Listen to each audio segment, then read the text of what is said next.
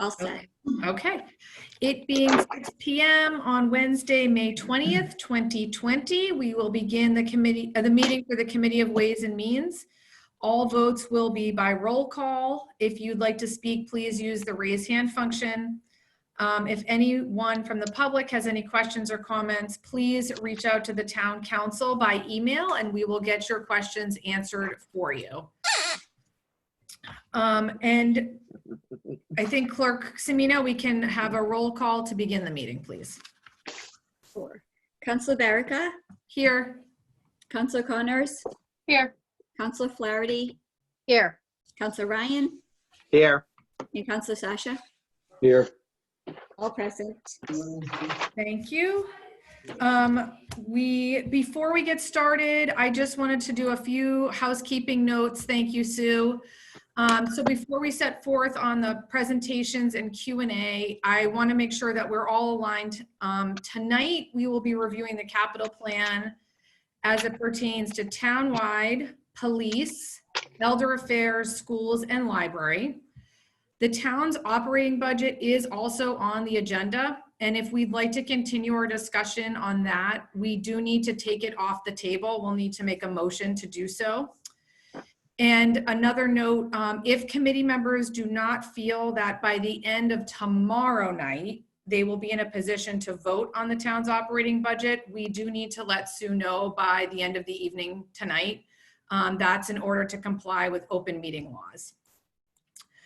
All right, so I know the other thing is we all received the memo from our town auditor today, and I will ask him to speak on that. But first, as we're reviewing the capital plan tonight, I'd like to open it up to Chief of Staff Taub.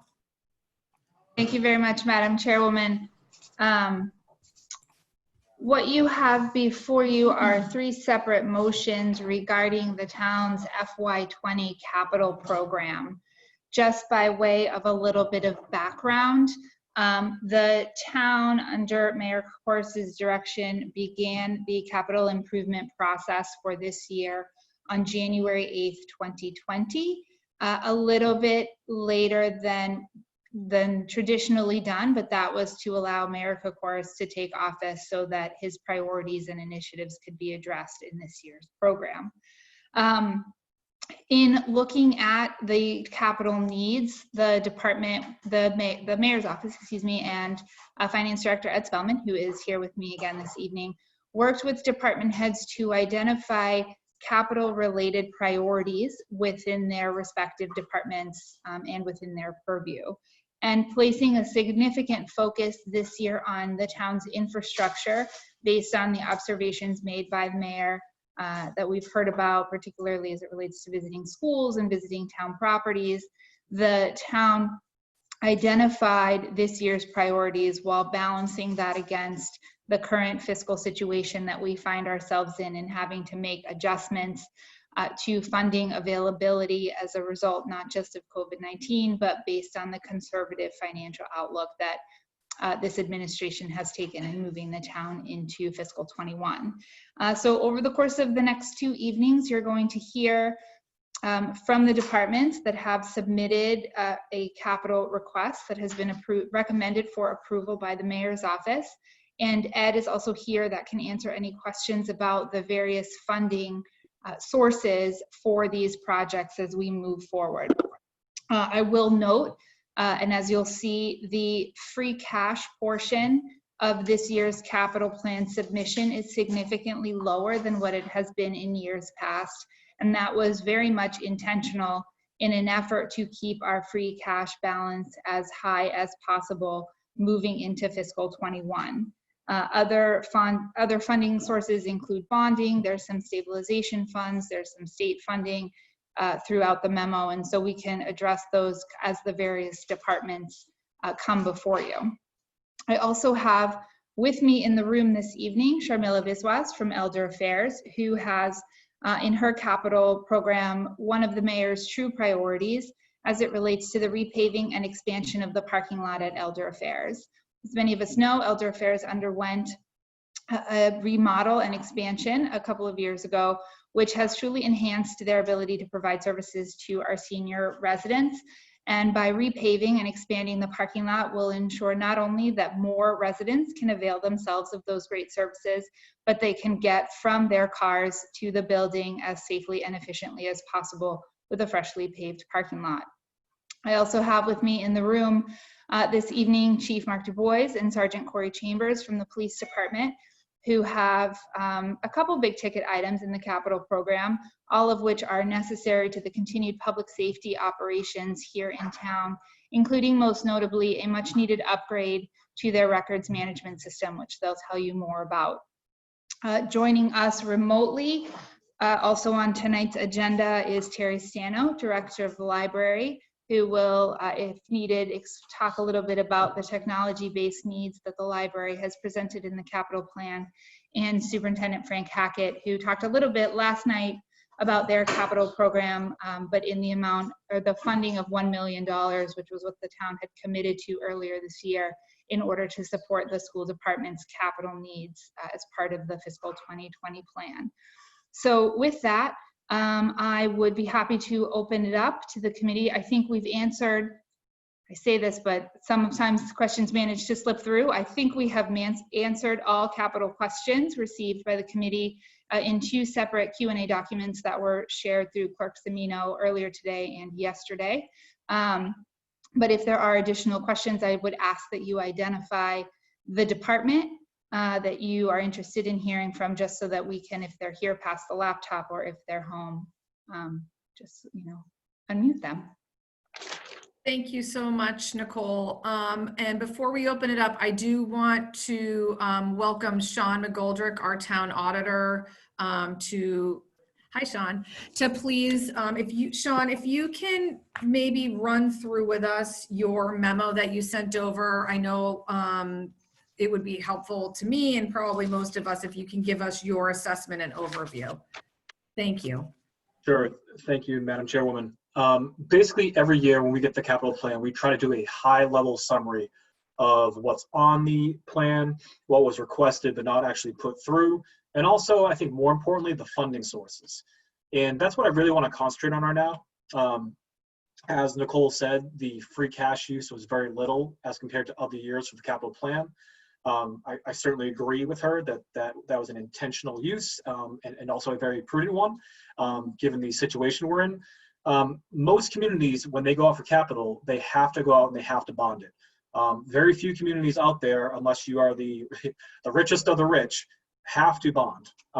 It's how all communities pay for capital. So no different than Braintree, $6.8 million of, I think, the 8.9 or so million was done through long-term borrowing. Typically, from what I've seen for the past 3 years, Chapter 90 is used in order to fund roadway improvements for $1 million. And this year, they had the addition of bond premiums. This was relatively new for the past couple of years. I think it was, and Ed probably knows off the top of his head, either 2016 or 17, where in the past, bond premiums received as part of debt issuances would be recorded as revenue in the general fund, and then it would close up to free cash. So it was a great little extra pickup for communities. There was a new IGR as part of the Modern Municipalization Act back in, like I said, 2016, 17, that required those bond premiums to be reserved, and that they are to be reserved and can be used for future capital projects. So that is what they are recommending to be done for this issuance, which is great. It's essentially reserved money to be used for this purpose. So that's wonderful. I know a lot of questions have been asked back and forth about borrowing, impact on the tax rate, impact on future funding. Anything you see here tonight is through the regular levy. If not, they would have to do a debt exclusion, just like we're trying to do with South right now. So in terms of kind of historical point of view, typically, and let me just pull up my little spreadsheet here. So many spreadsheets open. Going back for about 10 years now, the issuances from 2009 to 2017 on average was about 4.6 million. That was the typical loan request to borrow. spiking in 2018 and 19, where the average was about 26 million. So we went from about 4.6 to 26.6 due to the East and other large projects. So the request this year to bond 6.8 is not out of the norm. It's not significantly higher in terms of an overall average. And more importantly, it's the overall impact on the debt service operating budget.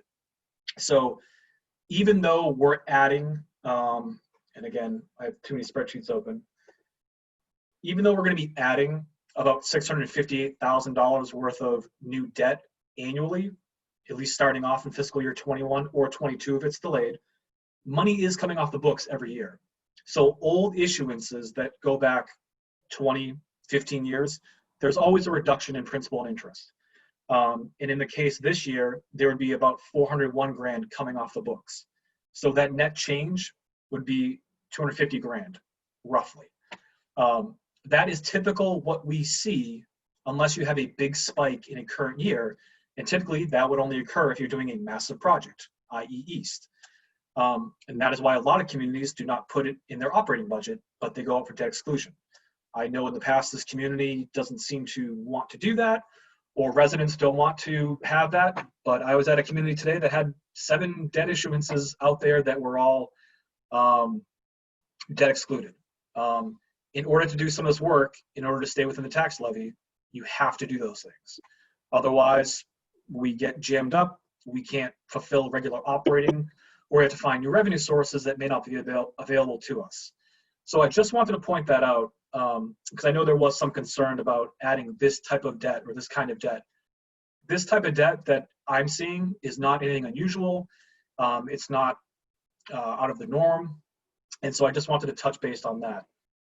That was really just the major component I wanted to talk about through my memo. I think the rest of it's pretty self-explanatory and really dry and boring. So.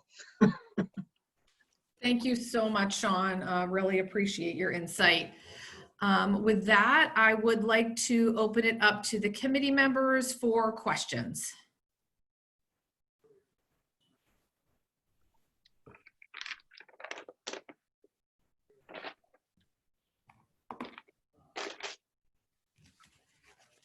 Councilor Sciascia?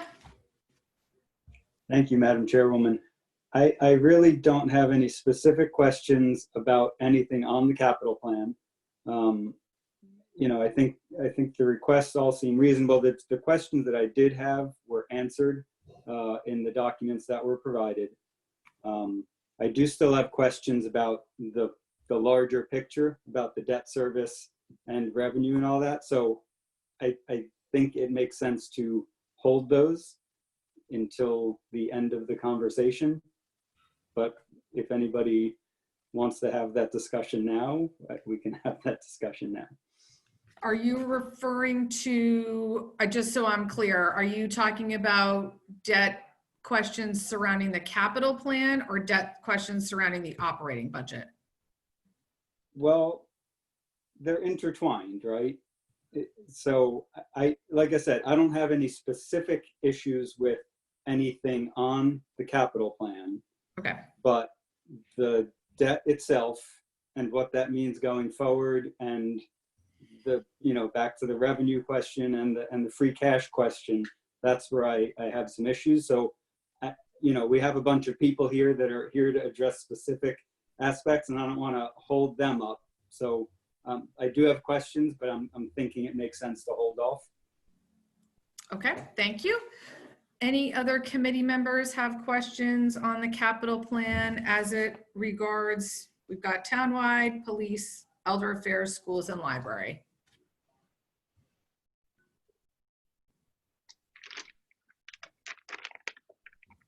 Councilor Ryan? So we're not, DPW is going to be tomorrow night? Okay. Yeah. Thank you. Okay, in that case, I will ask a question. Nicole, I think this is really sort of a general question. I know it was partially addressed, or it was addressed in the second supplement answers. I think where I'm struggling a little bit with the capital plan, and maybe it's not the dollar figure or the projects. It's more having an understanding of, you know, where we've been, what's been accomplished, and where we're going. I feel like what's missing for me, and I think potentially for our residents, you know, is what's going to happen, like, where's the plan? It feels, and I don't mean that to be snarky, like this feels a little bit like every year an allowance, where I'd be more interested in understanding, you know, successful capital planning really instills confidence in the residents that we're putting their tax dollars to good use.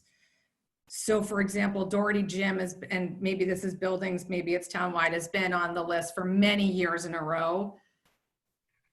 I would feel a lot better understanding, okay, if we can't get to it this year, it's because we have plans in 2 years to do it, or we have plans in 3 years to do it. So can you talk a little bit about the strategy behind the plan itself? Sure. So maybe it would be helpful if I take a step back. You know, I kind of gave the intro for how we put together the plan, but what I failed to mention is each year when department heads do that, they actually put together a 5-year plan. And that gets submitted, and that's kind of the jumping off point for the conversation in identifying priority projects. And there are a variety of factors that go into identifying your priority projects. The most important of which are probably funding and current condition, right, of the location. And so I think that we could all identify a whole host of locations or properties that could benefit from some significant capital improvements. But what ends up happening year after year is the department heads reevaluate each of those items to identify their priorities based on the funding that's available at the time consideration is given to the requests. Ed and I were talking today, and I appreciate that the prior year's capital plans, as far as I know, are not on the website. There was talk and intention of updating those or uploading those so that you had a historical picture or a place where you could go to view what prior year's priorities and funded projects were. And so that's something where, you know, when as time permits, that we're absolutely going to go back and take a look at and finding a way to create a resource. I see Councilor Ryan raising his hand. I'm hoping that he's going to tell me that I'm wrong and that they do appear somewhere online. You're wrong. No, I'm not going to say you're wrong. Councilor Ryan? The 5-year capital plan is something that should be available for not only town councilors and members of the Ways and Means, but everybody to be able to see. The 5-year capital plan is a living document that changes as the needs of the town change. And we could see where the Doherty Gym fits on the plan of the town. So I think it's something that we need to, I don't need to see it now, but I think it's something moving forward. We should have that available and maybe get updates at least once a year, if not a couple of times a year, on how it is and how it changes and why it changes. And I think when we move into the capital, when we're sitting here tonight talking about it, we'll be much better prepared knowing the 5-year plan in advance. So I think that's something we need to see sooner than later. Thank you. I think that's a great idea, and absolutely something that we can talk about implementing as we move forward. I think that would be very valuable. The other, talk about making them available. I don't remember what my other comment was going to be. I'm sorry. Oh, I do remember. I remember. So the other piece of it is, as it stands now, you know, as you see in the plan, the projects are broken down by department, and they're broken down by the department that has oversight and responsibility for that segment of whether it's town infrastructure or property. And so I think another valid point, right now we have each department maintaining records of projects as they get completed, but what we don't have is a centralized repository of that information. And so I think as we talk about making information more publicly available, including prior year's plans, a component of that will be creating a central location where residents can view whether it's the status of projects or reports of completion of projects that were funded through the capital program. Yep, thank you. I think that would be incredibly helpful. And not only to show all the great work that has been done in the town and give residents a sense of what's happening, but also so that we can see what we will be doing going forward. Councilor Connors.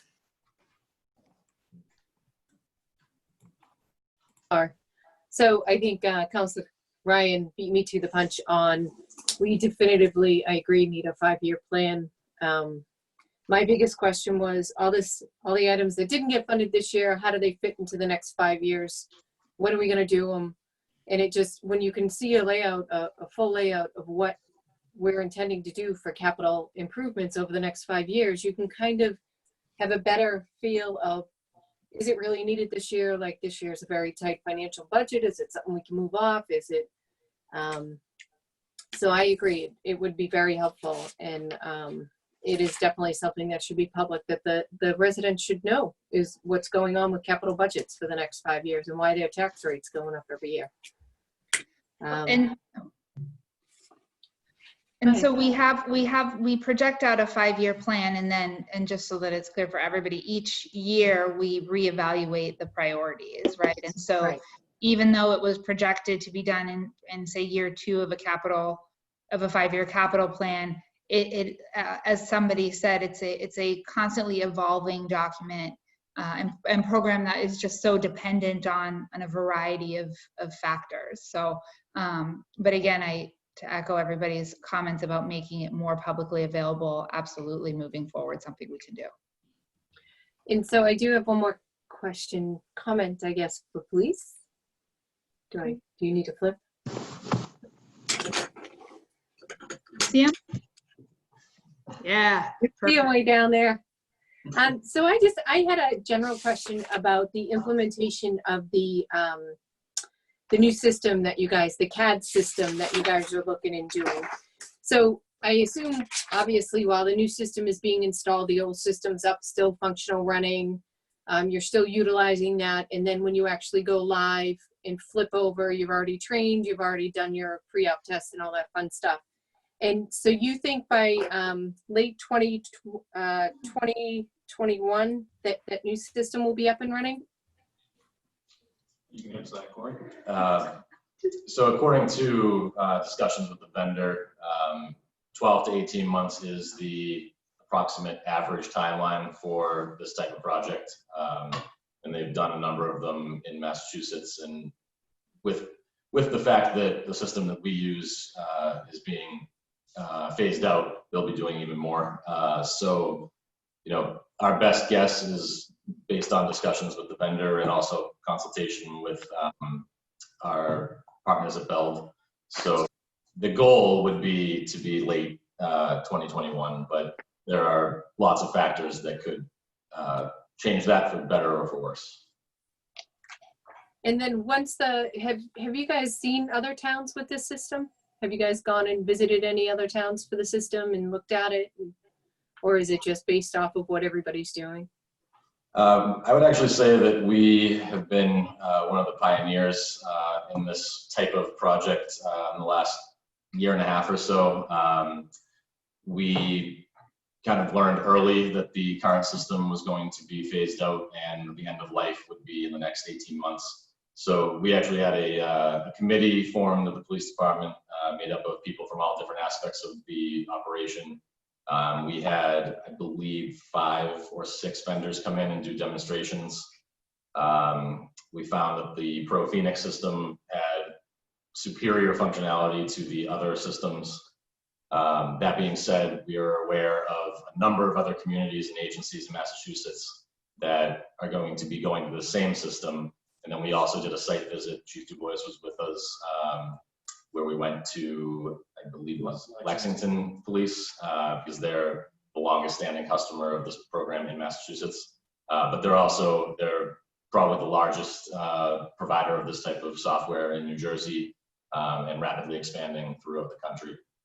So I would say that we're on the forefront of it, which is advantageous to us because they'll be able to dedicate more personnel to the project on our side. Excellent. Good answer. I like that. You guys have done your research. That's all I had. Thank you. All right. Thank you. Counselor Sciascia. Thank you, Madam Chairwoman.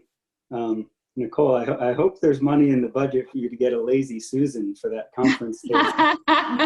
That is a great idea, and a lot of wipes for my laptop. So I just wanted to echo a couple of the other counselors' point about the 5-year plan, and I just wanted to add one point.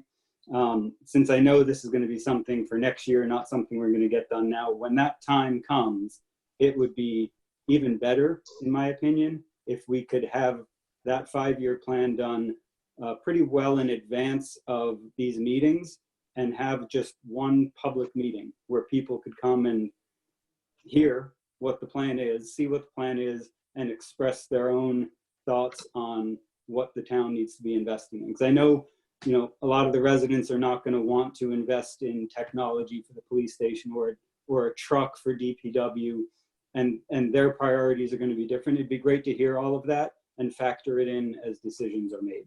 Thank you. Any other committee members have questions on the capital plan? Nicole, I had a couple of questions for school for Dr. Hackett. The first is on I think we had 350,000. I'm shuffling papers here, Dr. Hackett. I don't know if you can see me. 350,000 for technology. Yep. There it is. Is that something we think could be funded with I know we talked about it the last couple of nights, with the CARES Act money that we hope and expect will be coming to Braintree? And would that be an alternate source of funding we could apply? It could be a supplemental source of funding. The information we have right now is, I think I mentioned this last night, that we believe we're going to get about 80% of our Title I funding. What's good about that funding, the CARES Act funding, is we would have until 2022 to expend it. As we go into next year, and I know you know this and appreciate this, our technology needs have clearly changed. So we're already having conversations about, we were not planning to go to one-to-one at the middle school level. We do have a BYOD program. I always have to be careful how I say that to get the right last letter. And we were really not, that was a plan for the middle school level that we were looking to implement over the next 3 or 4 years. In conversations around just getting ready for next year, we are planning to accelerate that. And we will purchase additional Chromebooks to do so, or devices. We also have to really kind of ramp up a little bit more at the elementary level. We don't provide any devices to students directly. We have iPad carts, or I should say carts and tubs, as well as some Chromebook tubs as well. But we put out about 350 of our Chromebooks over the course of the spring to make the transition to remote learning. Those will come back in various states of condition, I'm sure. But we really do need to, understanding that what next year could look like based on this year so far, we need to make sure that we have enough devices to get out to staff, and not only students, but also to staff. The other piece of this for staff is the devices that we do provide many of them do not have a video camera. It would not have been something that we would have thought about. So the Chromebooks, the first and second generation Chromebooks that we have, actually don't have video cameras on them. We're not as concerned about getting students video cameras on theirs, but teachers clearly, as we do the remote learning, need to have that. So in a normal year, I would say to you, yeah, with that kind of money coming in, we could look to that. I think what will end up happening is we would probably expend the 350 and a portion of the CARES Act for technology. And as I did say last night, and I'll say this overall for our capital plan, our plan is to hold the money for a while. So we're not in a hurry to expend either our capital funding or our CARES Act funding. We want to be smart about how we do it. We want to be patient with how we do it, and we want to see how things unfold. And, you know, if we were in a scenario where you as a town, something in conditions change even more and we lose revenue town-wide for whatever reason, we just want to be able to be in a position where we can help respond to that as opposed to expending it down immediately. And there isn't anything that we have in our capital plan that really is a major significant project that we're going to bid out and have done over the course of the summer. That has been true in the past, but going into next year, that is not true. Okay, so just so I'm 100% clear, so what you've put in for school, the munis, the ESCO, paving, landscaping, plumbing, HVAC, technology, and masonry repairs, Right. that's, even if you don't spend it all right away, you can't move that around, correct? Correct. Okay, okay. I Yep, just wanted yep. to make sure I understood that accurately. We did several years ago. There had been money that had been approved for capital for the schools. In fact, dating back to actually the town meeting form of government that had not been expended. And I think it was maybe 4 years ago now, we brought those articles forward to the council and requested that they be changed and identified new purpose and actually return some of that money back to the town at that time. So, but no, we're not going to be, we can't change what we spend it on without coming back to council for permission. Okay, thank you, Dr. Hackett. Certainly. Councilor Connors. So Dr. Hackett, just a quick question. So if you guys, and I guess it's a general question, Nicole may answer this one. So if the money's not utilized by the end of this year, we've already bonded it. So we continue on with it and it's forever there for you to be able to spend? Correct. I don't know about forever, but Not it's forever, there. but It doesn't have to be spent within the fiscal year. right. Okay, that's all I had. Thank you. Okay, my other question on the schools, and I don't know if this is for Ed or Dr. Hackett. I know we had talked maybe a couple of months ago now when we were discussing some of the motions surrounding South about the Braintree School Building Capital Stabilization Fund. And Nicole or Dr. Hackett or Ed, can somebody please help me understand? I know we had talked about, is that fund going to be replenished? What is the plan for that fund being replenished? And can somebody answer that? How does that factor into the capital plan? Thank you. I can just quickly state, and certainly can't speak for the town on the town side of this, but just a reminder that the money that has been expended on the South Middle School project up to this point in terms of design is reimbursable at the rate that the MSBA is reimbursing our project if the project is approved. So the amount of money that we have spent to date on feasibility and schematic design, that is partially reimbursable by the MSBA if the project is approved. If the project is not approved, those funds are not obviously going to be reimbursable by the MSBA. So that's the only point I would make. I know that certainly Nicole and I can speak to it more definitively. Okay, yeah, because there's right now 290,000-ish, I'm rounding, in the account. I guess I'm trying to understand, like, are we going to be replenishing that strategically, or is that like a one-time deal and it's the plans just to run it down? So when the fund was originally created, as we talked about, it was created for the very purpose in which we're using it, right, to support the South Middle School project. At the time that we had the conversations about the funding source and replenishing it, admittedly, we were in a fairly different climate than we're in now. But what we talked about then, and what still certainly remains a possibility, is that we could use that MSBA reimbursement to replenish the funds that were drawn from the account to cover the costs to date. So that certainly remains an option. I know it's probably less committal than what you'd like to hear, but given how quickly things are evolving financially, I think it would be prudent to wait and evaluate at the time that the money is actually in hand where it would be best served. No, I think I understand completely. And I think this just goes back to the ask from the committee here that, you know, in my head, this is like a Gantt chart, you know, the progress against each of our initiatives. And I think understanding, you know, where all the money is coming from for each of those will be helpful. And to me, this is just one more line on that chart. So as we're working towards getting this into the next phase, I think that in my opinion, that's sufficient. Thank you. Counselor Connors. Nicole, I just have a quick question. I had asked how much money was in the building stabilization fund and how does it get replenished? And you gave me the current balance and how much we were going to take out. Is this the same basically? That I guess I asked how does it get replenished on a yearly basis? So I'm going to let Ed speak to that. Okay. Good evening. Hi, Ed. How are you? Good. How are you? I believe your question was on the building capital stabilization fund. Yes. What's currently in that account today is $334,000. Yep. We're proposing to take $265,000 out of it if this capital plan as presented is approved.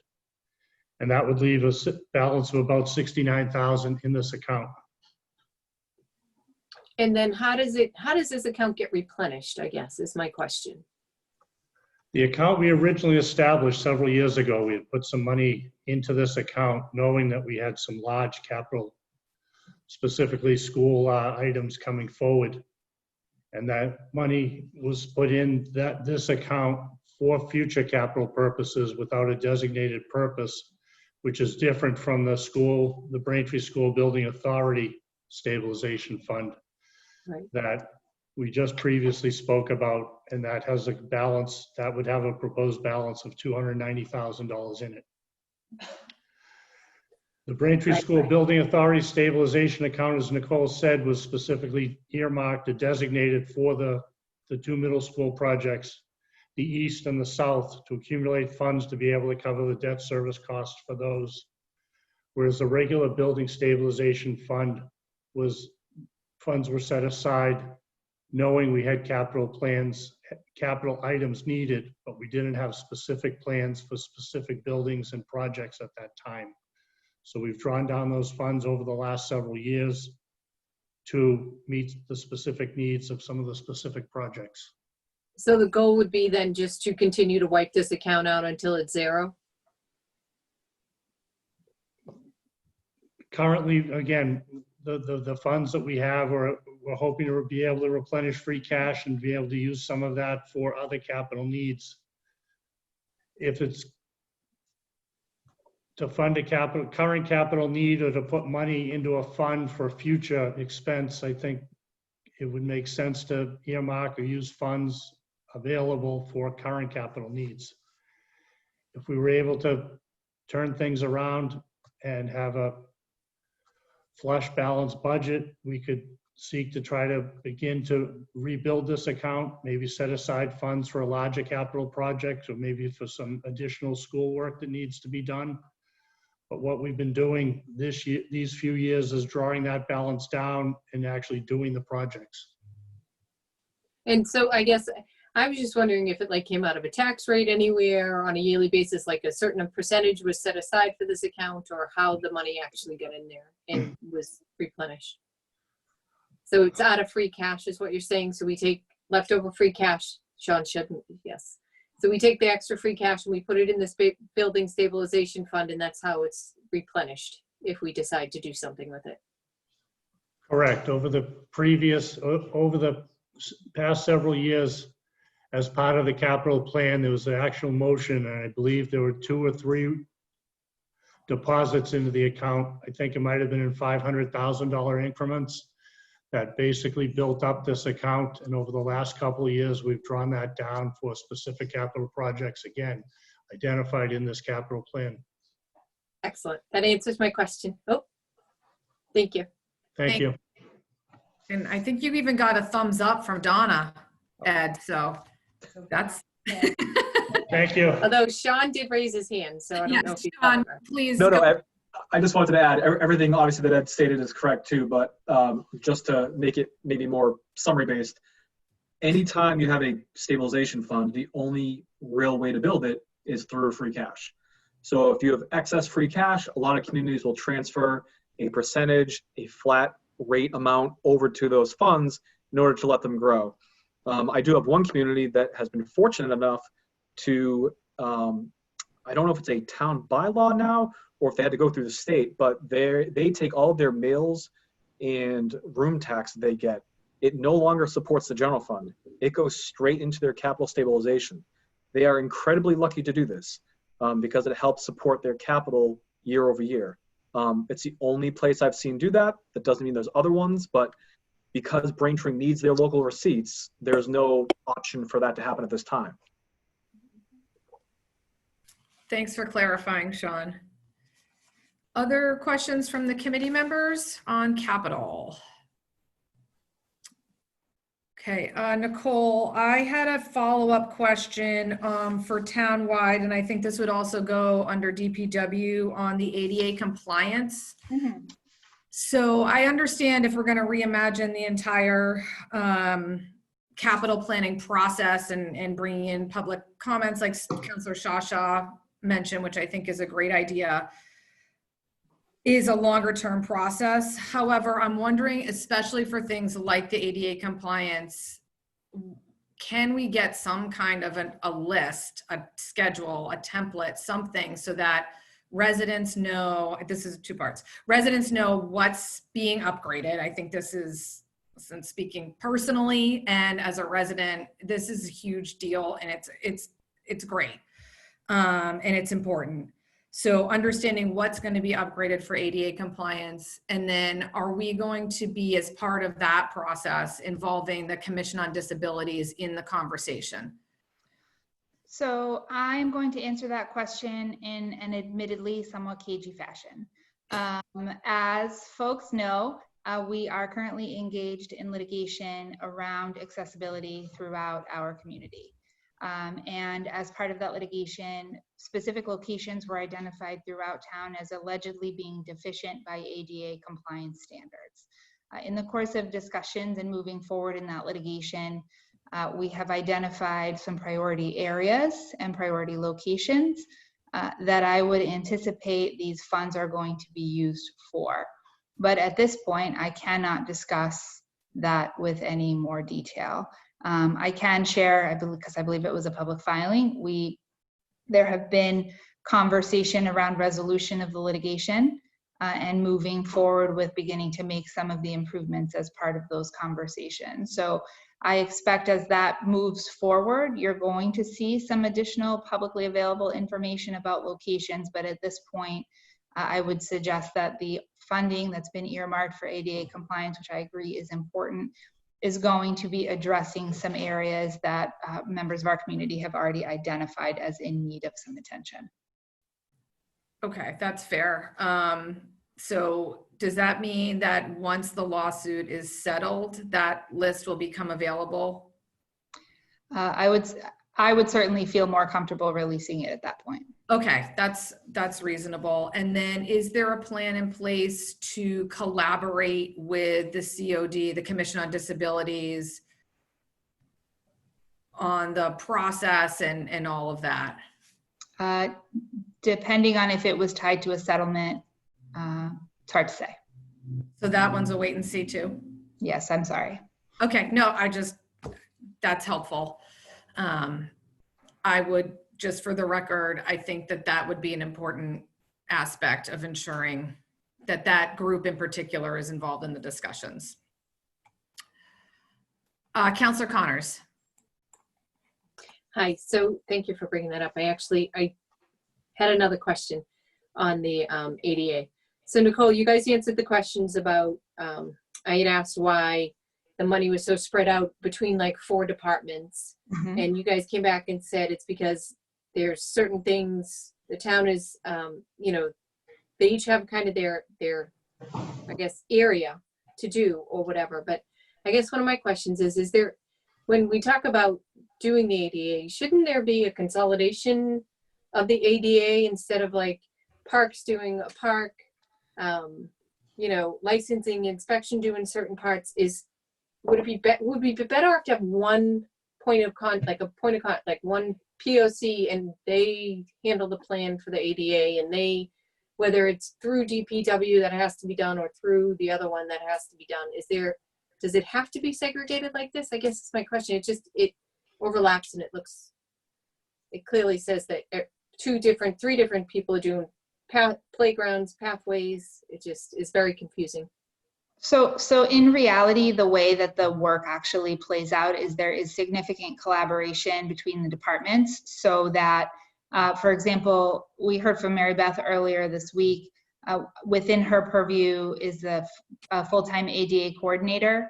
And so our coordinator, Christina Zanetti, as well as our building inspector, Russ Forsberg, are actively involved in any ADA related projects that are happening in the town. Similarly, if the building department is going to fund a structural improvement that has an ADA component under the DPW or from the facilities side of things, folks would also be involved in whether it's doing the work ourselves, if we can, procuring the necessary materials to get the work done. So while it's funded separately based on each department's kind of expertise, there is collaboration that happens when the actual work is being completed.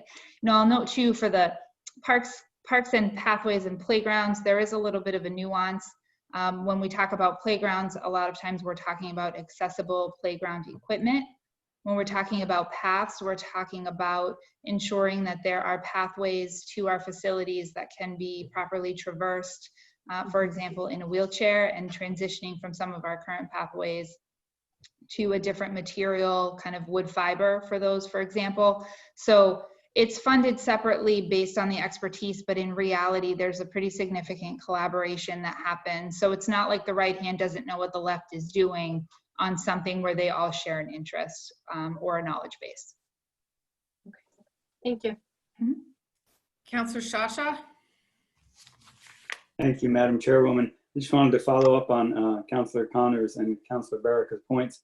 And just since we're talking about the future and this is not for today, let me just throw out there, it'd be great if given everything going on with ADA compliance, if that also had its own stabilization fund at some point, so we knew how much money was available to work on these things, and it could be done on more of a project-based fashion with input from the community. And I know that's down the road, but it'd be nice to see that happen at some point. Thank you. Great. Okay. Any other questions from the committee on the capital plan as it pertains to townwide, police, elder affairs, schools, or library?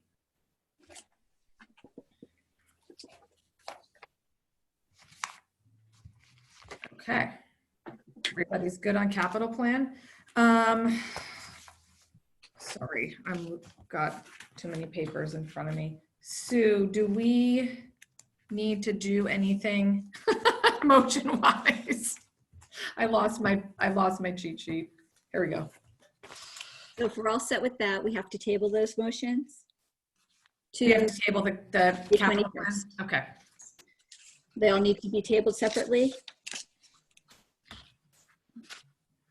Is there a motion to table motion 20027, Mayor, request to approve the fiscal year 2020 capital plan or take up any action relative thereto? So moved. Is there a second? Second. Roll call, Clerk Cimino? Councilor Baraka, Yes. Councilor Connors, Aye. Councilor Flaherty, Yes.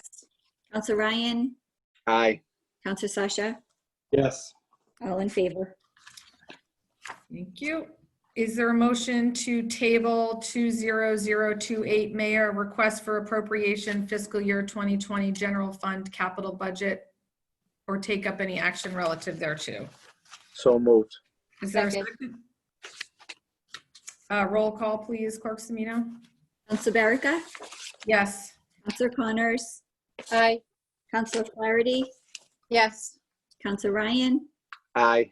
Councilor Sciascia, Yes. all in favor. Thank you. Is there a motion to table 20029, Mayor request for appropriation fiscal year 2020 enterprise funds capital budget, or take up any action relative thereto? So moved. Is there a Second. second? Council Berica, Yes. Council Connors, Aye. Council Flaherty, Yes. Council Ryan, Aye. Council Sciascia, Yes. all in favor. Thank you. Okay. 20, you don't need to do the item 2 for 29. Is that what you're looking at? Yeah. Okay. Thank you. Just order 20030. Is there a motion to table 20030, Mayor request for appropriation fiscal year 2020 capital budget, other available funds, or take up any action relative thereto? So moved. Is there a second? Council Berica, Yes. Council Connors, Aye. Council Flaherty, Yes. Council Ryan, Aye. Council Sciascia, Yes. all in favor. Thank you. Thank you, Sue, for your help. Okay, so now I would ask, is there a motion to take off the table 20038 Mayor FY 2021 operating budget, or take up any action relative thereto? So moved. Is there a second? Second. Roll call, please, Clerk Cimino? Council Berica, Yes. Council Connors, Aye. Council Flaherty, Yes. Council Ryan, Aye. Council Sciascia, Yes. all in favor.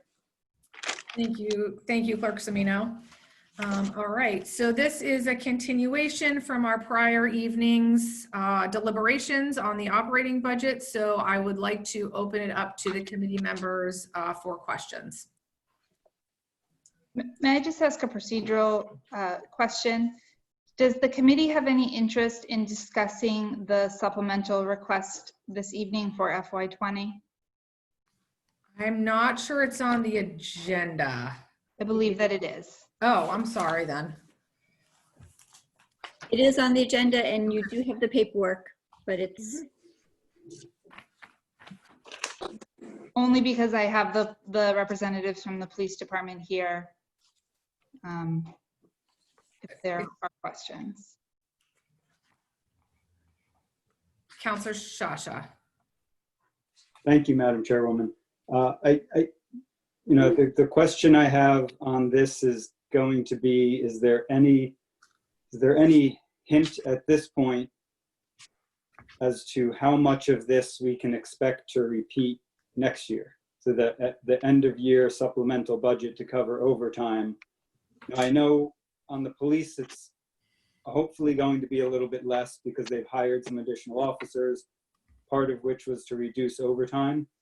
And I know nobody knows what the next year holds, but it's a significant adjustment to free cash at the end of the year. So as we think about, again, the free cash balance going forward, how much of this can we expect to see again in FY21? So I'm going to answer the first part of the question, and then I'm going to turn it over to the experts sitting to my right.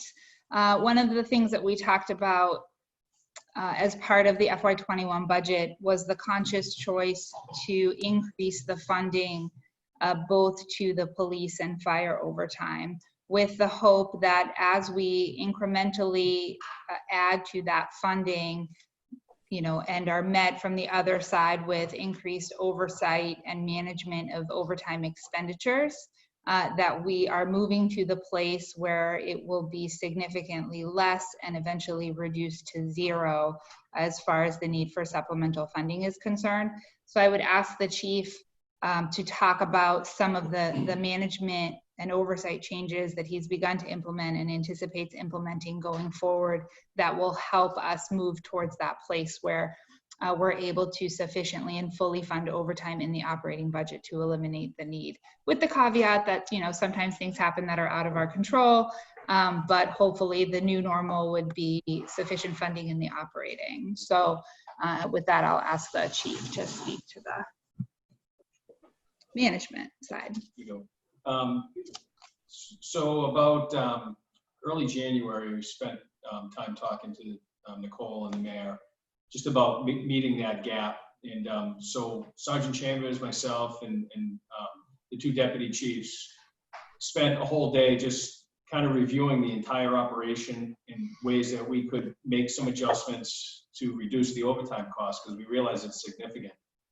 So we shifted a bunch of personnel and essentially looked at like the shifts in the times or the days that there's high overtime for replacement of personnel. So we put additional staff, say, on the evening shift, so that when somebody's off for a variety of reasons, we don't have to backfill with overtime. So we made a whole bunch of changes with that in mind as a preparing to reduce this amount. So I won't know, obviously, how much of an impact that's going to have until the year kind of plays out.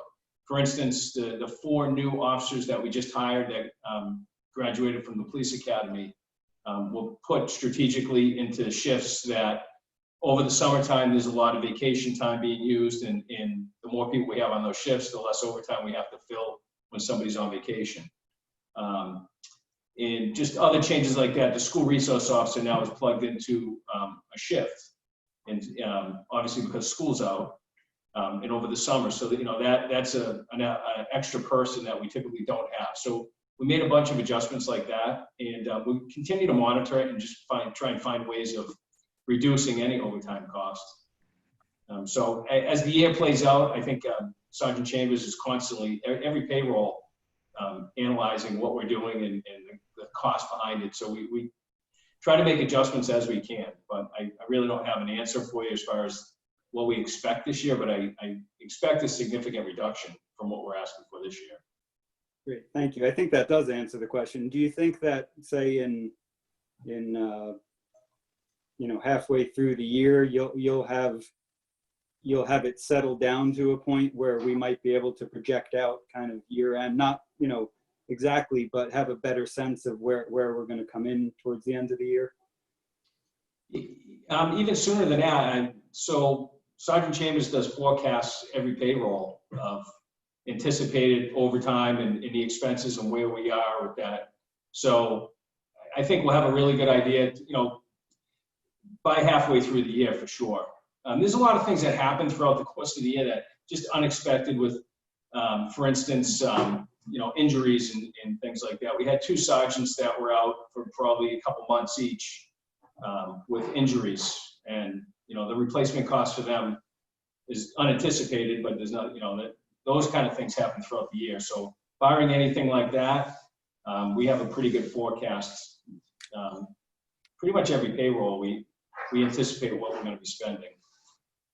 Okay, great. Thank you very much. Okay. Counselor Connors.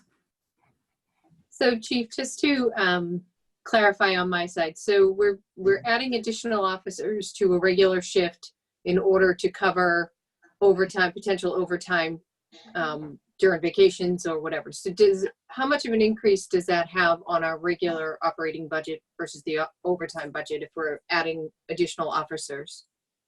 Well, they were hired last September, and their replacement for, say, retirements, for retirements and people who left. So, for instance, we had 3 people assigned to the evidence room for a variety of reasons. So when we did our analysis, we decided to go with 2 people in the evidence room. So we reassigned one of those officers to patrol. And that reduces, so we have extra people on that shift. So when up to 4 people are off on vacation or training or whatever else they might, if they're injured, we don't have to fill immediately with overtime. So we did an analysis of the shifts that cause the most overtime. And it has a lot to do with seniority, because the more senior people are, the more vacation time they have. And so we looked at all that, and we placed these new people that just came out of the police academy on those shifts as a way to reduce any, or as much as we can. Right. And so I actually asked this question to Nicole earlier about reimbursement this year, and she, for COVID. In your eyes, obviously you guys must have had officers that were dealing directly with the COVID issues, and hopefully we can get that reimbursed through CARES Act on the backside of it. Sergeant Chambers tracks it constantly, and we have a running amount of Good. expenses that we hope that we will get reimbursed. Do you remember what it is right now? I believe at the moment, since inception, it's under 5,000. But just on a separate but related note, we do have other grants that do offset overtime. So we do take advantage of as many grant funding opportunities as we can to offset the costs. Okay, that's all I had. Thanks. Thank you. Any other questions on 20041 supplemental appropriation? Number 4.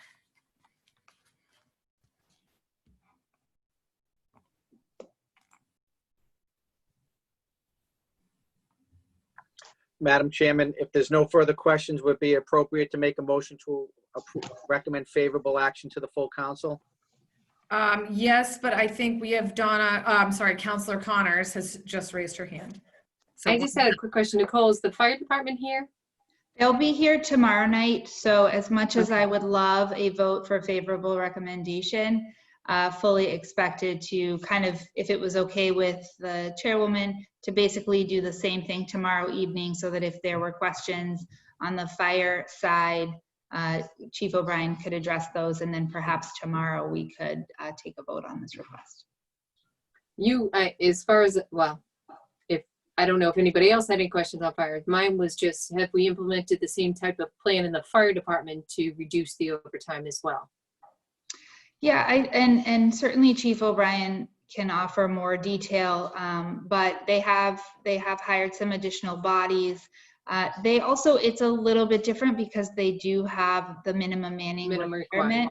And so anytime their staffing falls falls below 17, they are obligated to hire on overtime in order to ensure sufficient staffing for all the apparatus. That said, we did make a similar conscious decision as it relates to the fire department's overtime allotment to add further funding to that line, with the hopes that the incremental increases in funding for overtime, coupled with the increased oversight and management of the operations, would help get us to a place where the need for supplementals for that is eliminated. They also have a firefighter who is specifically responsible for grant review and application. So that is additional funding that they are working towards and have received some more recently. And they also, excuse me, are eligible potentially for that CARES Act reimbursement and are tracking their overtime costs as well, going back to March 1st. Okay, that's the only question I had on fire department, so I'm all set with them. I didn't know if anybody else does. They can ask. Counselor Ryan? Thank you. I think with overtime, and the chief of staff explained previously that they don't fund all the money for overtime because we're trying to reel it in, which I think is a good idea. So we know we're going to be revisiting it during the supplemental appropriation. But I think that the chief of the fire department and the police chief, what they can do to control overtime, they should be doing. And then there's things beyond their control for overtime. And we've discussed many of those issues tonight, what can't be controlled. I think as long as we're getting a plan and a promise from the fire and police department that they're going to try to control what they can, that's the most important thing. And that's what I'm hearing. And they're coming up with ways to control what they can't control. And we're filling positions. And I think maybe another good thing would be during the year to get periodic updates, maybe at a Ways and Means meeting or at a full council meeting, telling us, you know, how things are going. Are there things happening in either department that is causing overtime, or are things happening in departments that is reducing that overtime? And that'd be something to get continuously updated on, you know, maybe quarterly during the fiscal year. So I'm ready to vote on this. I can understand if people want to wait till tomorrow night, though, so I'll do whatever the will of my fellow councils are. Thank you. Counselor Sciascia? Thank you, Madam Chairwoman. I did have one question on fire, but maybe Nicole can answer it, or an email would be fine. I would just like to understand better the pilot program. Oh, I can talk about that. Okay. So up until about, well, historically, the fire alarm desk, which is effectively the dispatch equivalent at the fire department, was staffed in-house by firefighters. During one of the rounds of contract negotiations, there was an agreement reached where that service was going to be outsourced, without specificity as to what outsource meant, but that a firefighter was no longer going to perform that service. In the most recent round of negotiations and discussions with the union over the fire department, a request was made to consider bringing that back in to the fire department. So for the last several years, we have had a contract with Brewster Ambulance, and Brewster Ambulance does the fire dispatch within the town of Braintree. As part of this pilot program, we agreed to try for roughly a 6-month period, bringing that service back in-house and staffing the fire alarm desk with a firefighter. The pilot program had a pay structure that was dependent on, did the shift meet minimum manning, or were they below? So if a shift met the minimum manning and had an 18th firefighter, that 18th firefighter would be the one that would staff the fire alarm desk during the shift, and they would receive effectively a stipend for that duty. If the shift had less than 17 firefighters, then a firefighter was called in on overtime to staff the fire alarm desk, and that was paid at a different rate. And so what this funding does is support the pilot program, which will end at the end of the fiscal year, at which point the parties will review, discuss, and determine the feasibility of maintaining the program, whether adjustments need to be made, or whether we need to go back to the old way of outsourcing that service. So the funds requested for that transfer support the pilot program in that trial period that we agreed to with the union to bring those services back in-house. Okay, thank you. I think that answered my question. So at this point, it is still a pilot program. It was not part of the most recent contract, but will be looked at. So next year. Correct. Next year. Okay, great. Thank you. Counselor Connors? So Nicole, the funding that's in the line items for the desk man and the desk man overtime, that is still just pilot program funding, correct? Yes. For fiscal year 21? Yes, that is correct. Okay, thank you. Okay, so are there other questions? Can I ask, are people feel like they're ready to vote on this tonight, or do we want to table it and wait until Chief O'Brien's with us? People are nodding, so I think you can make a motion, Counselor Ryan. Motion to recommend favorable action to the full council for FY20 supplemental appropriation number 4. Do I need to read the whole thing? So. There are 18 motions. They're very Oh, I tried. We are meeting remotely. I feel the best thing to do is to read them fully. Wait a minute. Hang on.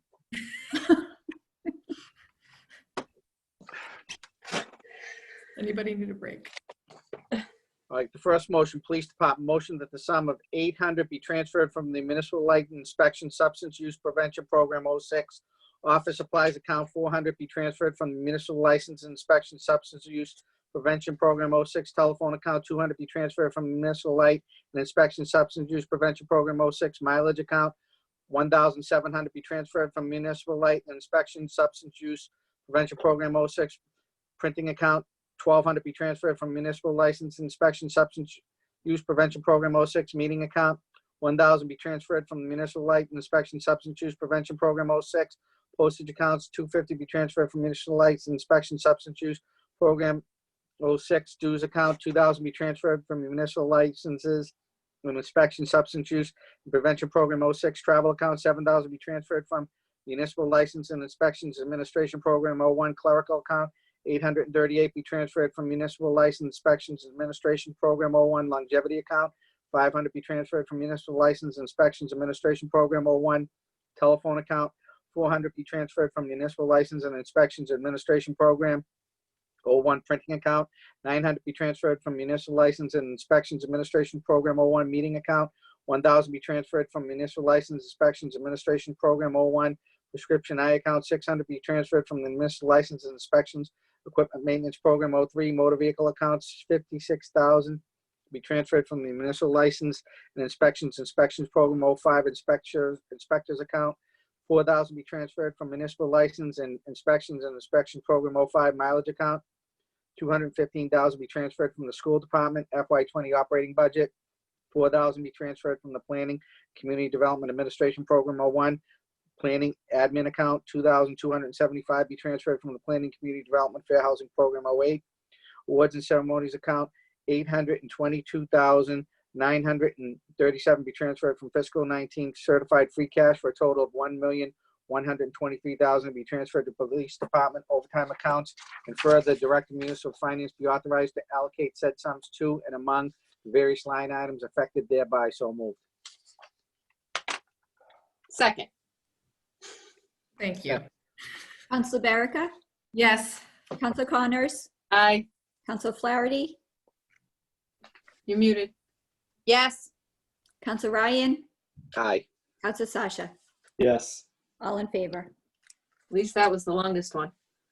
Motion to fire department that the sum of $54,829.20 be transferred from the mayor's department administration program. 01 administration clerical account, and $472,657.80 be transferred from the fiscal year 2019 certified free cash for a total of $527,487 to be transferred for the fire department overtime accounts, and further the director of municipal finance be authorized to allocate said sums to and among various line items affected. So moved. Second. Council Barica, Yes. Council Connors, Aye. Council Flaherty, Yes. Council Ryan, Aye. Council Sciascia. Yes. All in favor. Madam Chairman, number 3, Department of Public Works motion that the sum of $41,863 be transferred from the DPW Snow and Ice Program 11 contract services account, and the sum of $24,579 be transferred from the DPW Summer Program 20 account for a total of $66,142 be transferred to the Department of Public Works Program 12 Environmental Affairs and Waste Collection Solid Waste Recycling Process account for increased costs of the recycling program due to added disposal costs that the town is incurring. So moved. Second. Council Barica, Yes. Council Connors, Yes. Council Flaherty, Yes. Council Ryan, Aye. Council Sciascia. Yes. All in favor.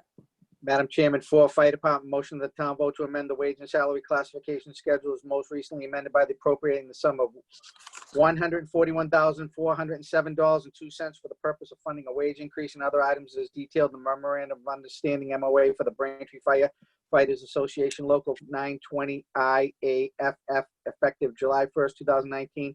And for this purpose, the sum of $8,356.77 be transferred from the Human Resources Department Administration Program 01 Salary Reserve. The sum of $32,662 be transferred from the DPW Summer Program 20 part-time salary account, and $15,000 be transferred from the DPW Recreation and Community Events Program 15 July 4th festivities account, and $25,000 be transferred from the DPW Recreation and Community Events Program 15 July 4th parade account, and $50,000 be transferred from the Planning and Community Development Economic Development Program 07 prior year encumbrance account. $5,000 be transferred from the Planning and Community Development Reserve Conservation Program 05 Pond Meadow Vegetative Treatment account, and $5,000 be transferred from the Planning and Community Development and Economic Development Program 07 Life Sciences account, and $388.25 be transferred from the Elderly Affairs account, Department Administrative Program 01 Copier Toner Supplies account for a total of $141,407.02 be transferred to the Fire Department Uniform Branch account. Further, that the Director of Municipal Finance is authorized to allocate said sums to and among various department line items. So moved. Second. Counselor Barica, Yes. Counselor Connors, Aye. Counselor Flaherty, Yes. Counselor Ryan, Aye. Counselor Sciascia. yes, All in favor? Madam Chairman, 5, Fire Department motion that the sum of $70,000 be transferred from the DPW Department Construction Administration Program 05 Traffic Engineer account, and that $27,751.55 be transferred from the Planning and Community Development Department Program 04 Planner Principal Planner account. $2,240.25 be transferred from the Elder Affairs Department Administration Program 01 Administrative Salaries account, and $1,200 be transferred from the Elder Affairs Department Administration Program 01 Office Supplies account. $11.75 be transferred from the Elderly Affairs Department Administration Program 01 Copier Toner Supplies. $82 be transferred from the Elder Affairs Department Administrative Program 01 Social Activities account. $2,200 be transferred from the Elder Affairs Department Equipment Program 02 Outside Motor Vehicle account. $1,500 be transferred from the Elder Affairs Program Equipment Program 02 Gasoline account. $900 be transferred from the Elder Affairs Department Building Maintenance Program 03 Building Repair account. $100 be transferred from the Elder Affairs Program Equipment Program 02 Telephone account. $200 be transferred from the Elder Affairs Program Equipment Program 02 Natural Gas account, for a total of $106,185.55 be transferred to the Fire Department Salaries account. And further, the Director of Municipal Finance be authorized to allocate said sums to and among the various line items affected. So moved. Second. Counselor Barica, Yes. Counselor Connors, Aye. Counselor Flaherty, Yes. Counselor Ryan, Aye. Counselor Sciascia. yes, 5 in favor.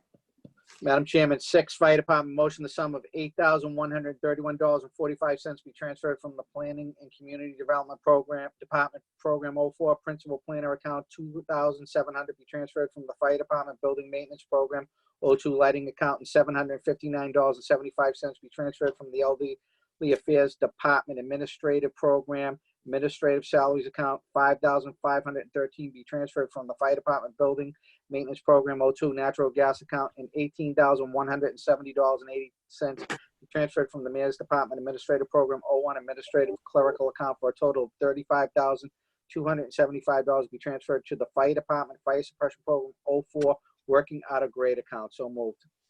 Second. Counselor Barica, Yes. Counselor Connors, Aye. Counselor Flaherty, Yes. Counselor Ryan, Aye. Counselor Sciascia. yes, All in favor?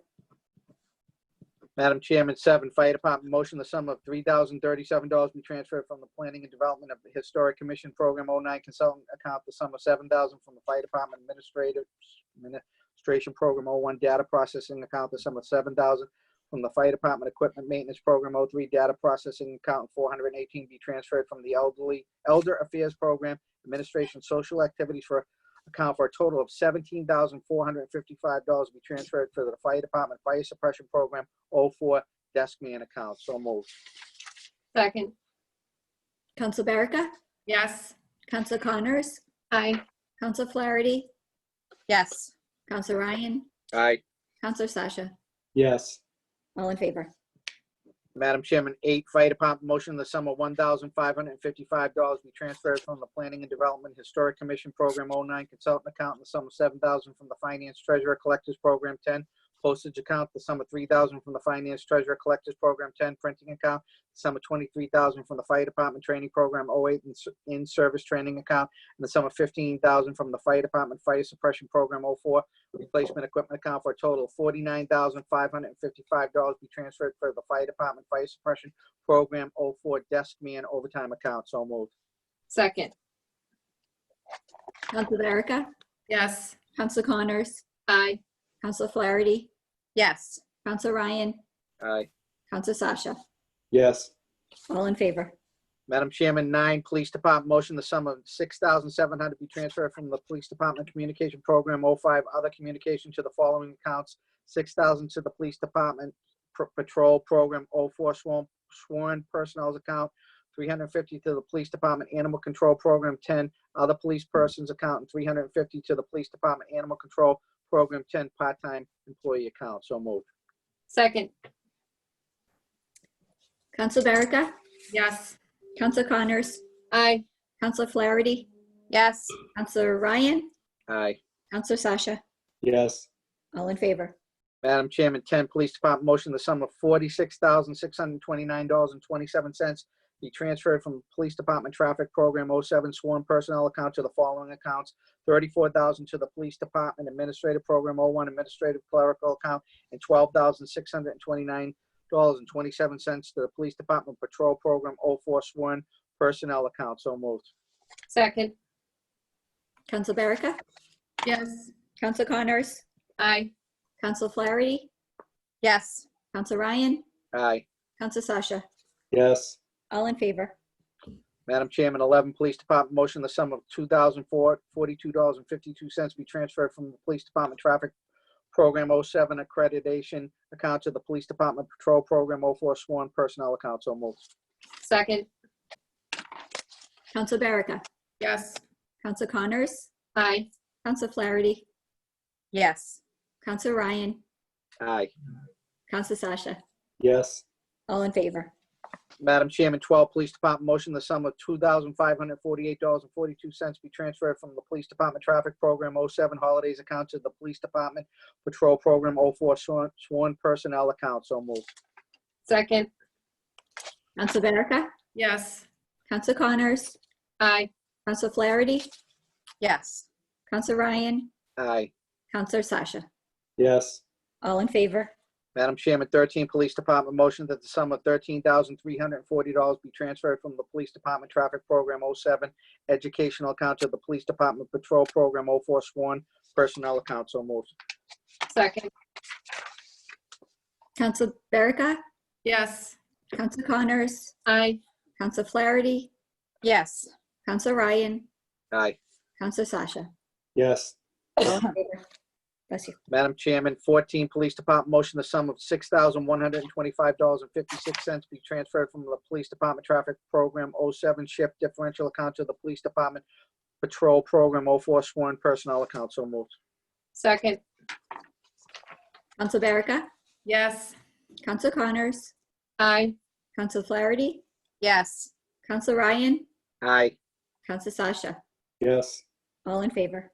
Madam Chairman, 15, Police Department motion the sum of $500 to the Police Department Traffic Program 07 stress training account to the Police Department Patrol Program 04 sworn personnel account. So moved. Second. Council Barica, Yes. Council Connors, Aye. Council Flaherty, Yes. Council Ryan, Aye. Council Sciascia. yes, All in favor? Madam Chairman, 16, Police Department motion that the sum of $500 be transferred from the Police Department Traffic Program 07 firearms training account to the Police Department Patrol Program 04 sworn personnel account. So moved. Second. Council Barica, Yes. Council Connors, Aye. Council Flaherty, Yes. Council Ryan, Aye. Council Sciascia. yes, All in favor? Madam Chairman, 17, Police Department motion that the sum of $500 be transferred from Police Department Traffic Program 07 uniform allowances account to the Police Department Patrol Program 04 sworn personnel account. So moved. Second. Council Barica, Yes. Council Connors, Aye. Council Flaherty, Yes. Council Ryan, Aye. Council Sciascia. yes, All in favor? Madam Chairman, 18, Police Department motion the sum of $14,000 be transferred from Police Department Special Services Program 08 Crossing Guards account to the following accounts: $2,000 to the Police Department Administrative Program 01 Uniform Allowance account, $4,000 to the Police Department Building Maintenance Program 02 Building Repairs account, $4,000 to the Police Department Equipment Maintenance Program 03 Outside Motor Vehicle Repairs account, and $4,000 to the Police Department Patrol Bureau Program 04 Uniform Allowance account. So moved. Second. Council Barica, Yes. Council Connors, Aye. Council Flaherty, Yes. Council Ryan, Aye. Council Sciascia. yes, All in favor? Thank you, Counselor Ryan. You're welcome. All right. Sue, we can go back to 20038. Yes, correct. If I may, Madam Chairwoman, I just want to thank again, since they're here, Chief Du Bois and Sergeant Corey Chambers. As you saw from that incredible reading from Councilor Ryan, a lot of work went into identifying unspent funds and making transfers to help maximize the way in which we funded the supplemental. So I just want to recognize all the efforts, particularly of Sergeant Chambers. Thank them both for being here this evening, and also let you know that they are going to go home. Yep. Thank you both. Thank you. Not often I get to tell police officers that they're released, so. Do all you can. All right, thank you for that, Nicole. Okay, so back to 20038, Mayor FY 2021 operating budget, or take up any action relative thereto. I will open this up to the councilors and committee members for discussion.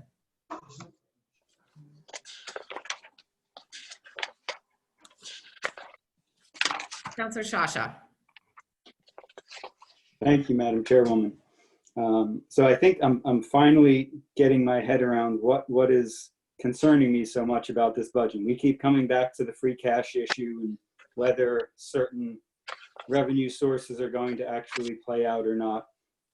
I think my larger concern, and I would defer to Ed and Shawn on this to tell me if I'm way off base, but our debt levels, leaving aside what we're doing this year for capital spending, have jumped to close to $8 million a year from a level of more like 4, and that's due to East primarily. It was a lot of debt.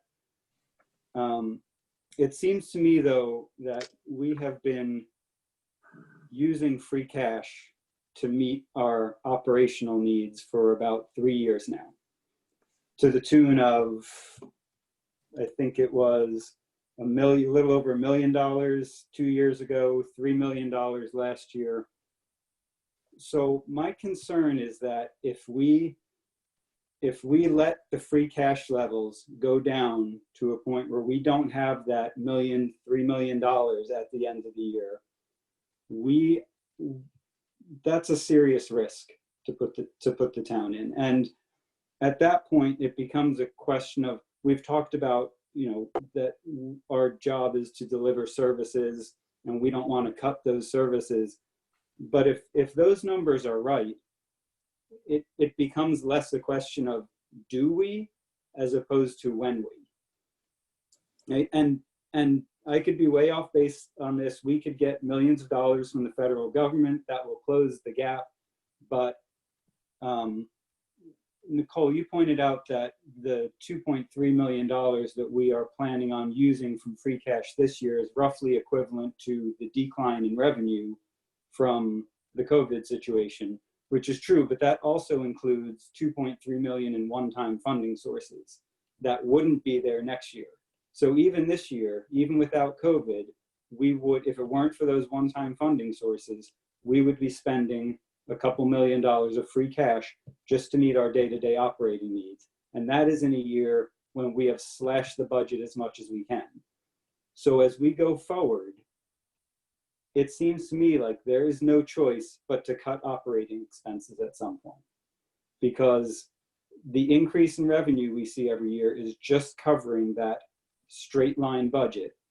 And when we talk about, the risk of what if this funding source doesn't come through, what if that one doesn't come through, I think this has crystallized it for me that I think there's risk there, and it's concerning to me.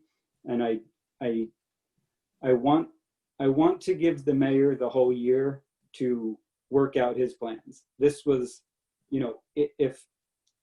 if the previous mayor was still in office, I would be opposed to this budget on the grounds that I just stated. Given the fact that the mayor is just coming into this and he has to figure out his own plans for making this all work out, I am on the fence, but I just want to say it again, that I find those numbers very concerning. Did you want to respond, or do you want me to keep going with questions, Nicole? No, I mean, I'm happy to respond generally, just to reiterate a couple of points that we've talked about, because I think it's worth repeating. And Councilor Sciascia, some of those you've raised, and I'm thankful for that. You know, I don't have a crystal ball. If somebody knows where to get one, please let me know. It would have made the last few months much easier. But you know, what we've provided is a very, very conservative estimate. And that was the directive and the plan from the mayor's office, even before we were presented with the COVID-19 emergency, right? And so we already were working with our departments to make reductions to ensure our financial strength, not just in this year, but in the years to come. When we were tasked with anticipating reduced revenues, working with Ed, we were very conservative. I think the 50% anticipated reduction in the hotel motel and the 25% reduction in the meals tax, I'm hopeful that those are worst case scenario numbers, and what we're actually going to realize are greater revenues than what we've anticipated. And now that we're starting to see the reopening plan from Governor Baker, and kind of getting a sense for where hotels and restaurants specifically are going to fall, we do have some comfort that early in fiscal 21, they're going to be operating in a more traditional capacity. So hopefully those reductions in revenues that we've anticipated are not going to be as severe. I also am confident that as we near June 30, we're going to have realized significantly more savings than we have in years past, particularly around salary costs, both on the town side and on the school side, as a result of adjustments made to correspond with the closures of the town buildings. And so, you know, I appreciate that I don't have a number beyond the roughly 25,000 a week that we saved over the last 2 weeks. But with the addition of the school changes, those savings are going to continue to grow. And those are funds that were not accounted for in the SUP that we just went through. So all of those savings are going to get turned back over for deposit back in and to be counted as free cash as we start fiscal 21. I also would suggest that the conservative financial outlook that we've put into place for this year is going to continue. In our goal of continuing to provide services for our residents and maintaining the current staffing levels. Nobody wants to talk about layoffs, and what we've presented to you this year is a plan that we believe allows us to maintain staffing levels through fiscal 21 with the hope of being able to continue to do that in fiscal 22. All of that is kind of a long way of saying under Mayor Kokoris's direction and working closely with Ed Spellman, who has been crunching numbers much longer than I have, I think that we are confident in this budget, and we are confident in our ability to continue to support operations, not just in fiscal 21, but as we look to fiscal 22, which most have suggested it could be worse. But the reality is we don't know. And so with the unknowns, the other one that we've talked about is reimbursement and eligible to recoup funds. So any of that reimbursement, will also further support the free cash balance and allow us to continue to strengthen our financial position. The last thing I'll say, because Councilor Flaherty, I have to admit, it really stuck with me. What you said last night, I left here, nearing the 10 o'clock hour, and it was on my mind. Some communities call free cash a rainy day fund. We don't, but it's raining. And as you said, it's raining hard. And so looking in the now and really trying to focus on continuing to move us forward and continuing to do that under Mayor Kokoris's direction and under Mayor Kokoris's philosophies. I believe, and on behalf of the mayor's office, and I think I speak for Ed, who's still here to my left, that what we've presented for you is a conservative, sustainable, and realistic projection for fiscal year 21, and something that the town has the ability to support and will allow us to continue supporting funding as we move forward, year after year. Shawn, would you like to weigh in? Yeah, sure. I would just like to share my own thoughts, feelings, and opinions. So I agree with Nicole that I think this budget is good as it can be given the circumstances.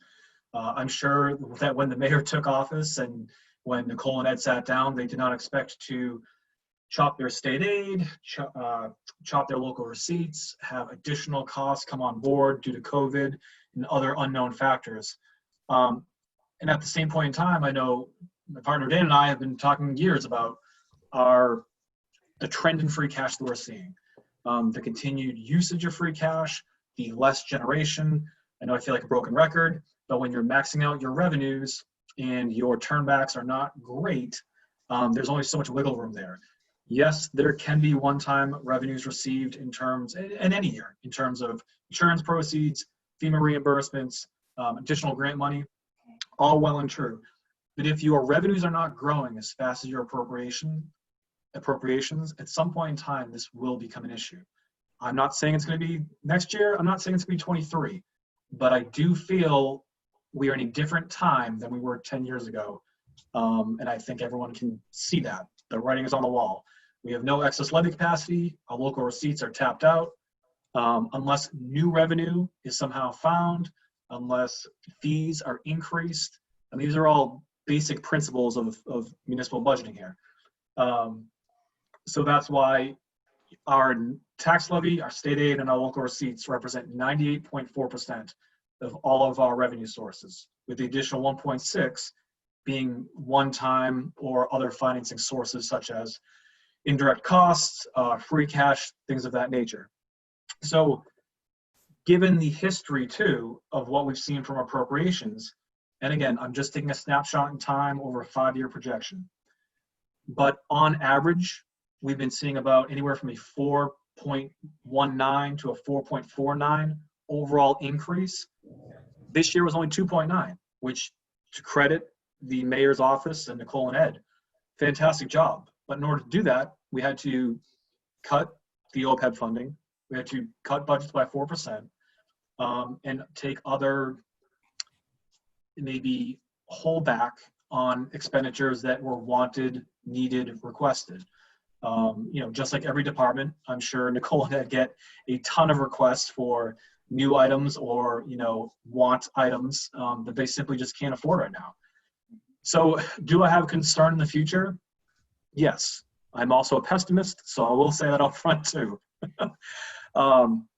But to me, if we're going to keep on increasing our appropriations by a 2.9%, 3% growth, which this year was about $4 million, it's going to be hard. I think the school alone eats up 2.8 million out of that 4 million.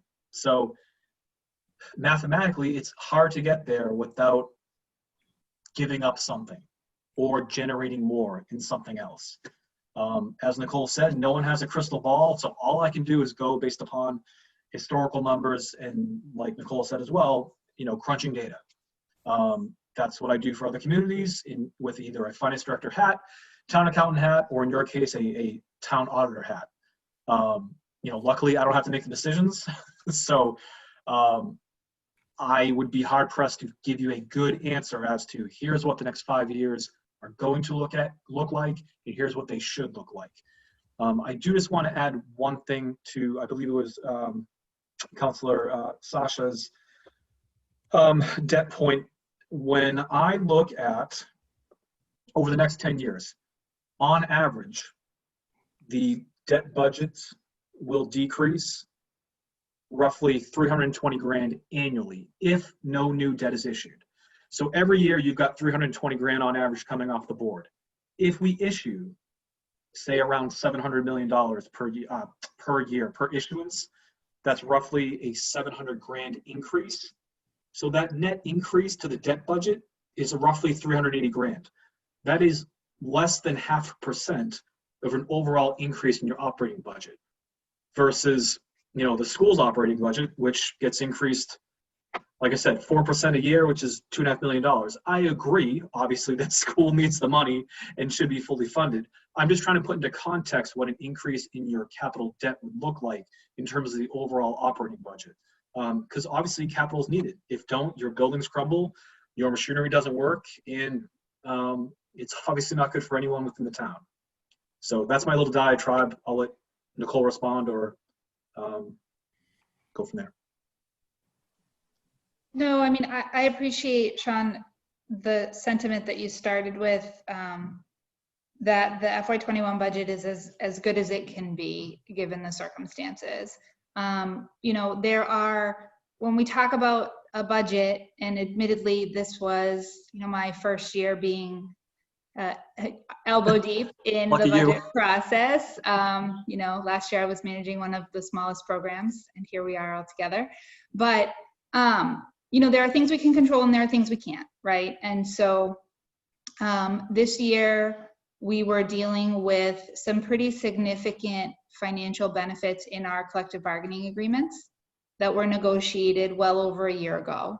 This was the biggest cost of living percentage of the 3-year term, and that's something that hit every budget, and department heads were still able to make the reductions asked of them while incorporating those payroll costs.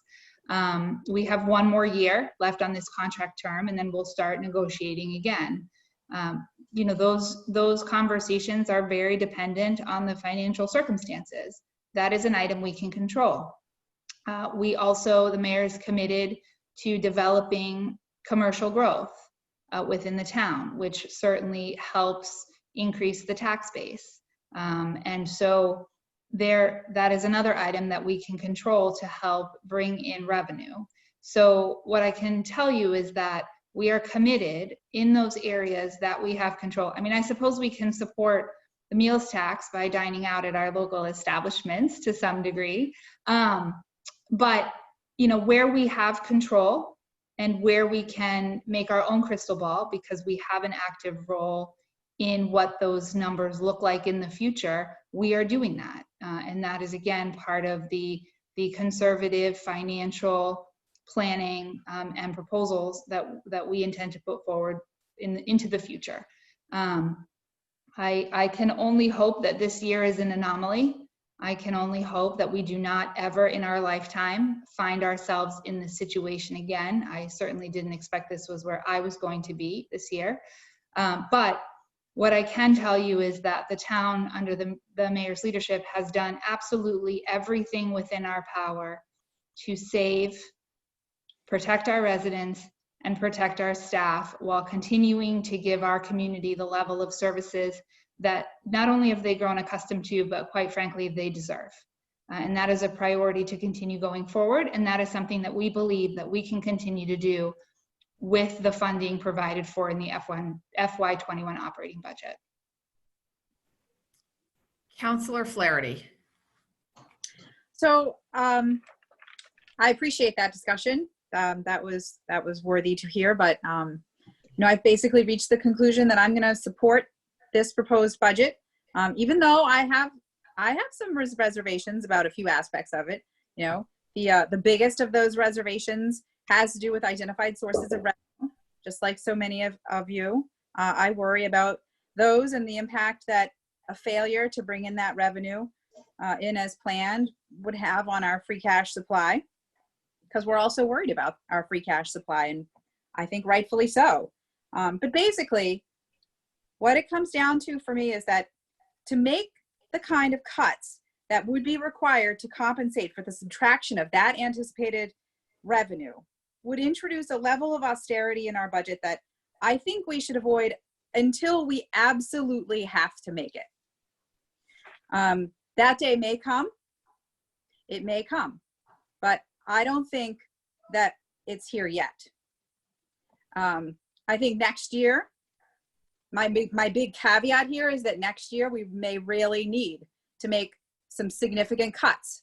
But if we hold off on them now, then every department and every person who works in Braintree has a whole year to plan to figure out a way to make those cuts in the most responsible way, rather than hurrying up and doing it right now while the ground is shifting under our feet and we're operating more out of fear than out of information. So I think that those reservations that I have with revenue and facing the future and the free cash supply, I am willing to accept that risk, because I think that to introduce that level of austerity would be premature. My other reservation has to do with the 50% cut in funding for the Braintree Historical Society. I'm disappointed in the decision to maintain those cuts at such a much higher rate than we introduced cuts in general. But increases to the budget are just not in the purview of this body. So I accept that, and I don't think it would be appropriate for me to withhold my vote on those grounds. So I'm going to support this budget, and I thought you should know that.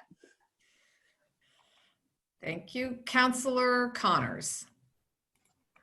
So I just want to, I actually was going to bring up that the same thing Councillor Sciascia was going to bring up concerning the use of free cash over the past 3 years. I started working on a little spreadsheet just to show, but everything he said is basically one of my major concerns. The use of free cash, we come up with a budget and then we end up utilizing a significant amount of free cash to cover the remainder of the budget throughout the year. And starting next year, we're not going to have that for the most part. So, and I also agree with Shawn that we're going to get to a point where we're going to have to start doing something about operating budgets in order to maintain it, either expanding revenues or decreasing services. One of those two has got to happen in the next year or two, because we will get in trouble at some point. I also have additional concerns with hiring additional people in the water sewer department, even though it's a different fund, and putting that burden onto the residents at this point when their rates are already going up exceedingly high because of the tri-town. I feel that they should be able to wait a year to hire the additional 4 people to the tune of over almost $400,000 when you add all the benefits. That could decrease our residents' tax increase that we're charging them for the water sewer this year. We're already getting hit. And I also have concerns about Senator Keenan's email to us, where he is specifically saying that there's a 15% decrease in funds available for the state budget, and that he's recommending that we utilize a much lower rate, to which I think we only did a $600,000 cut. And if they're down 15%, and that, if that is a definitive line to us, the 15%, that's almost $3 million in change of funding from Chapter 70. So I do have a lot of concerns. I think I've expressed them all throughout as far as revenue sources. I actually updated my sheet because I hadn't included police and fire. And so I'm still looking at a couple of things. I am still on the fence on this, and I just want to look into a couple more things. Nicole, I may have a couple questions for you tomorrow morning. I'm sorry. Okay. I know you're probably tired of me with questions, but just a couple more questions. Just I've started going through all the answers that you gave us tonight, but I may have a couple of questions based on those. Sure. That's all I have. Any other questions, comments from the committee members on the operating budget? Councillor Ryan. So I was going to make the motions, but am I hearing Councillor Connors wants to wait and not do it tonight? Councillor Connors. Yeah, I still want to look at a couple of things. Sorry. I'm holding the whole group up. Okay. That's fine. We just do need to let Sue know tonight if you don't think if you don't think your questions will be answered sufficiently tomorrow, we need to make the decision before they get answered. I'm sorry to have to, for the public laws. That's quite all right. And I will be fully ready to vote tomorrow night. There's a couple more pick points that I just need to dig into. And once I have those answers, and once I do some other stuff internally with my ups and down numbers, I will be ready to vote for tomorrow night. Okay. Any other committee members have questions or comments on the operating budget for this evening?